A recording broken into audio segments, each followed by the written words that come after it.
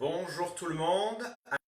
Aujourd'hui, vidéo un petit peu différente que d'habitude. Il n'y aura pas de cours d'abdos fessiers exceptionnellement aujourd'hui. Je vais, étant donné que c'est la rentrée scolaire pour les enfants, je vais vous présenter un réflexe archaïque qui peut éventuellement parasiter la vie scolaire de votre enfant et qui peut l'amener à avoir ce qu'on appelle les TDAH, d'accord? Donc tout simplement un syndrome d'hyperactivité. Donc que ça soit éventuellement à la maison parce qu'il y a eu le confinement, donc c'était compliqué, il n'y avait pas beaucoup de mouvement, mais surtout à l'école. Alors, aujourd'hui, on va parler du réflexe tonique symétrique du cou. Qu'est-ce que c'est? Il faut savoir que des études ont prouvé que 70 à 75% des enfants qui ont des troubles de l'hyperactivité ou éventuellement vous les mettez sur une chaise et je bouge et je ne peux pas rester sur ma chaise tranquillement, ont ce réflexe archaïque toujours actif. Un réflexe archaïque, c'est un mouvement involontaire, d'accord? Donc comme son nom réflexe, on ne peut pas le contrôler, d'accord? Donc il y a des réflexes de survie, etc. Donc par exemple des réflexes de paralysie de la peur. Donc quand j'ai peur, je me recroqueville, d'accord? Réflexe de Monro, où je vais m'enrouler. Là, ce qui va se passer avec ce réflexe tonique symétrique du cou, c'est que je vais vous apprendre à diagnostiquer, savoir s'il est toujours actif ou pas, mais c'est surtout qu'il va représenter un énorme parasite pour éventuellement vos enfants en scolarité. Donc qu'ils soient à la maternelle, en primaire, au collège ou au lycée. Moi, j'ai diagnostiqué des personnes qui sont en université, voire même qui sont praticiens, qui ont toujours ce réflexe symétrique du cou actif. Et ce qui va se passer, c'est que même moi, par exemple, je l'avais toujours d'actif, c'est que ça va créer des troubles du comportement ou d'hyperactivité. Alors, comment se pose la question? Vous êtes enfant et vous êtes allongé sur le ventre. Je vais me poser là. Ce qui va se passer, c'est que dans vos étapes de développement, vous êtes au sol et vous regardez proche du sol. Mais au bout d'un moment, l'enfant, qu'est-ce qu'il veut faire? Il veut regarder au loin. Et en regardant au loin, qu'est-ce qu'il va vouloir faire? Il va lever la tête. Il va commencer à développer sa vision périphérique et binoculaire. Mais l'enfant, c'est magique, lorsqu'il regarde devant, il va vouloir pousser sur ses bras pour se redresser. D'accord? Mais lorsqu'il fait ce mouvement, involontairement, ce qui se passe, c'est que les jambes viennent et les fesses s'assoient. Je répète, lorsque la nuque se lève, je pousse sur mes bras et l'enfant, qu'est-ce qu'il va faire? Il va fléchir ses genoux vers soi et par réflexe, poser les fesses en arrière. Mais l'enfant, il ne fait pas que relever la tête, il va aussi fléchir le menton. Donc lorsqu'il est sur ses fesses, et lorsqu'il va fléchir la nuque, ce qui va se passer, c'est qu'il y a un mouvement involontaire au niveau des bras. D'accord? Donc je pousse en arrière, et lorsque je fléchis ma nuque, je fais ce mouvement.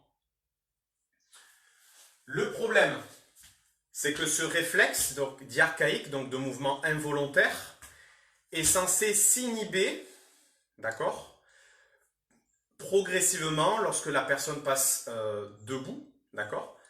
Le problème, c'est que dans 75% des cas, lorsque vous avez des troubles de TDAH, c'est toujours actif. D'accord? Donc, lorsque l'on teste, on va demander à un enfant de se mettre en position 4 pattes. Et si vous demandez normalement à toute personne de se mettre à 4 pattes, elle devrait se mettre instinctivement comme ceci. Si vous avez quelqu'un en position 4 pattes qui naturellement se met comme ceci, il y a de fortes chances que ce réflexe soit toujours actif. D'accord? Deuxième test. Donc comme je vous ai expliqué, c'est que lorsque la nuque se lève, les bras se tendent et les fesses reculent. Donc ça veut dire que l'enfant n'arrive pas à maintenir sa nuque et à la contrôler. Donc ici, le test, ça va être de demander à l'enfant de relever la nuque. Et si en relevant la nuque, les fesses reculent, Ça veut dire que ce réflexe parasite toujours son quotidien.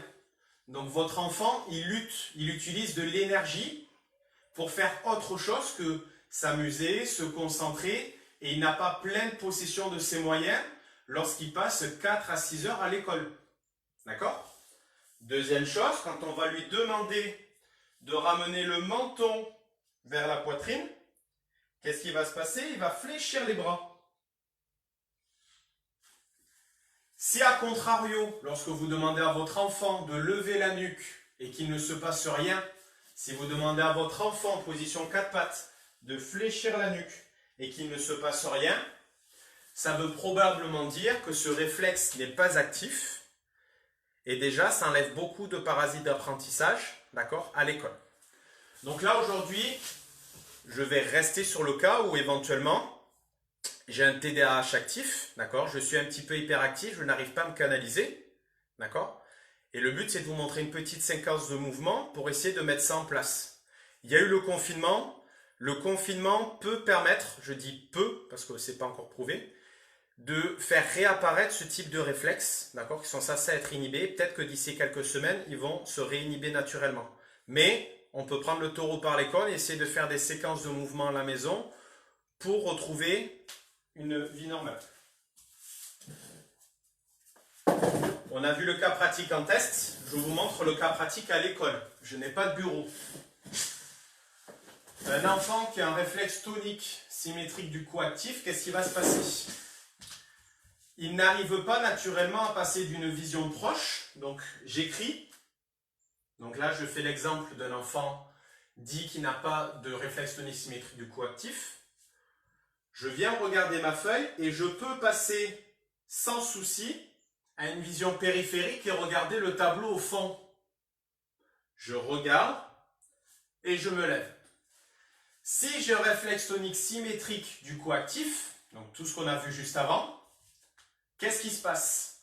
Je viens chercher ma feuille. Mais lorsque je vais vouloir regarder au tableau, je ne peux pas contrôler que ma nuque. Donc tout mon corps bouge dans ma chaise, je vais vouloir enrouler mes pieds dans ma chaise, voire même me dandiner en arrière. Donc qu'est-ce qui se passe? C'est que toute la journée, vous entendez ça au fond de votre classe. Et quand vous êtes professeur des écoles, au bout d'une heure, 2 heures, vous commencez à dire « Calme-toi, tu fais du bruit ». Et du coup, l'enfant, lui, il ne peut pas se canaliser. Ça se fait instinctivement. Et je rappelle, un réflexe archaïque qui n'est pas inhibé parasite le quotidien d'un enfant. D'accord? Donc ça donne, je fléchis, je me relève. Lorsque je vais fléchir ma nuque, j'ai une jambe qui va venir taper le bureau. Je vais venir taper le voisin. Mais étant donné que c'est un réflexe, je ne peux pas le contrôler. D'accord? Donc ce n'est pas la faute de l'enfant. Il faut juste le diagnostiquer. Quand c'est diagnostiqué, il faut faire des séquences de mouvements afin de progressivement travailler dessus et qu'il se réinhibe. D'accord? On va passer à la séquence pratique. J'ai fait mes tests, donc je rappelle les tests. Je demande à un enfant de se mettre à 4 pattes. Si naturellement il se met à 90 degrés, c'est très bien. Si vous voyez que le fessier est trop en arrière, c'est probablement que c'est positif. Deuxième test, lorsque je demande à lever la nuque, les fesses vont reculer. Là, c'est positif. Si je demande à l'enfant de rapprocher le menton de la poitrine, il va fléchir les coudes. Donc là, vous êtes sûr que le réflexe tonique symétrique du cou est actif. Et là, il faudra travailler dessus. Des choses simples qu'on peut faire 2 à 3 minutes avant d'attaquer les devoirs. Je mets mes mains ici sous mes épaules et je mets les genoux à 90 degrés. Et ici, on va demander à l'enfant juste de se balancer d'avant en arrière, lentement. Vous allez me dire, oui, mais mon enfant, il est debout. Pourquoi est-ce que je vais le remettre à 4 pattes? Parce que pour réintégrer un réflexe, il faut se mettre dans la même condition que ce réflexe. Et c'est surtout que les bercements, ici, vont agir directement sur le cerveau et vont progressivement aussi canaliser. Je travaille sur mes mains, qui vont être hyper importantes pour l'écriture. D'accord? Et ici, je réintègre ce mouvement où je le fais passer d'avant en arrière. Et je lui fais comprendre inconsciemment, je ne lui explique pas forcément pourquoi, je lui dis juste balance-toi d'avant en arrière, puis je peux ramener des petites pauses, tu bloques et je reprends. Inversement, si j'y arrive, je peux enlever une main. On rajoute de l'activité palmaire qui va lui permettre d'avoir une meilleure motricité au niveau des mains. Ce même mouvement peut se faire progressivement avec les orteils dans le sol. Donc le fait de gripper vos orteils, lorsque vous êtes debout, vous arrivez à mieux tenir votre système postural actif. Je rappelle que la posture, pareil, est inconsciente. Donc si vous avez besoin de toujours vous dire reste droit, reste droit, reste droit, c'est que sûrement votre système postural est parasité, qu'il faut travailler à la base, donc sur le cerveau. Donc je suis ici, mes orteils actifs dans le sol, mes mains sous mes épaules. Et je continue ici mes petits balancements d'avant en arrière. Je maîtrise, je sens que sous mes pieds c'est actif. J'ajoute une petite pause d'avant en arrière. Souvent la nuque va se relâcher, c'est normal. Vous dites juste à votre enfant d'éloigner son regard du sol, voire de regarder légèrement en avant. D'accord? Pourquoi? Votre enfant, lorsqu'il passe d'une position allongée sur le ventre, la première chose qu'il fait, c'est regarder devant. Et vu qu'il veut aller au loin, il se redresse. D'accord? L'option numéro 3, ici on est toujours là, je vais enlever un bras. Hop, un bras. Hop, un bras. Je ne le fais pas avec les jambes enlevées parce que c'est quand même dur de contrôler ce qui se passe derrière. D'accord?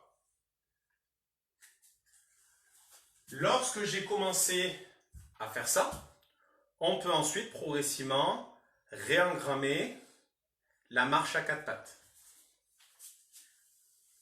Donc je rappelle, les balancements d'avant en arrière sans les orteils, les balancements d'avant en arrière avec les orteils actifs. Puis, je peux faire de la marche en emmenant main, genou opposé, main, genou opposé. Puis je recule, main, genou opposé, main, genou opposé. J'y arrive, j'agrippe en plus mes orteils dans le sol, comme si je voulais repousser. J'avance, j'avance.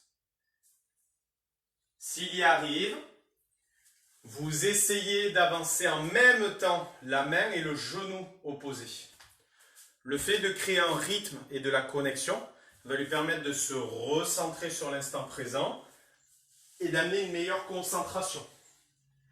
Et ce qu'on verra à la rentrée aussi, ça va être la même chose pour vous, mais sans que les genoux touchent le sol. Donc là, ça va demander plus d'activité musculaire et c'est un niveau légèrement plus élevé.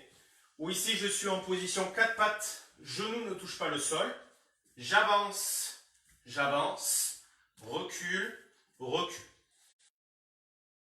Ce que je vous propose, c'est de rester sur des choses très simples. 4 pattes sans les orteils. J'avance, je recule. Et les petits mouvements de balancement d'avant en arrière, comme ceci.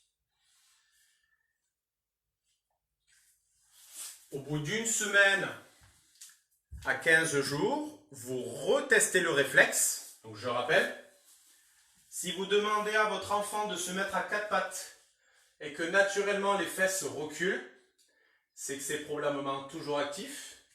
Si vous demandez à votre enfant de lever la nuque et que les fesses reculent, de fléchir les cervicales et que les bras fléchissent, c'est probablement qu'au quotidien,